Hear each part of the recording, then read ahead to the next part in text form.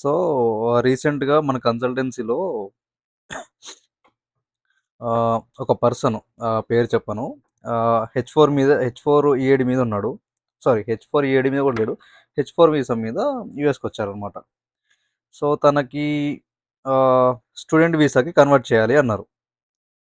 Okay bro. అంటే నాకు reach out అయ్యారు. ఓకే బ్రో, నేను తనతో మాట్లాడాను. డీటెయిల్స్ అన్నీ తీసుకున్నాను. డాక్యుమెంట్స్ అన్నీ తీసుకున్నాను. డాక్యుమెంట్స్ అన్నీ తీసుకున్నాక తను ఒక క్వెషన్ అడిగారు. So, do I need to travel back to India to get stamp his visa అని అడిగిండు.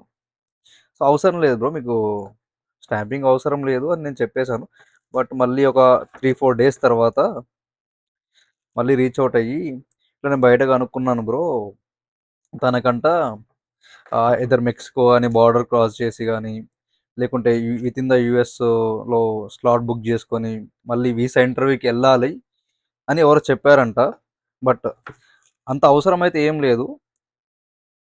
అండ్ తనకి సక్సెస్ఫుల్గా మేము I-20 తెప్పించాము, అటార్నీని ప్రొవైడ్ చేశాము. And his visa was successfully transferred to new university. And ఆయన సర్వీస్ కూడా F1కి చేంజ్ అయింది. So we can do it. ఇంతకుముందు మేము లాస్ట్ ఇయర్ కూడా J2 J1 వీసాలో ఉన్నా కూడా మేము F1 వీసాకి కన్వర్ట్ చేసాము. అండ్ B1 B2లో ఉన్నా కూడా F1 వీసాకి కన్వర్ట్ చేసాము. అండ్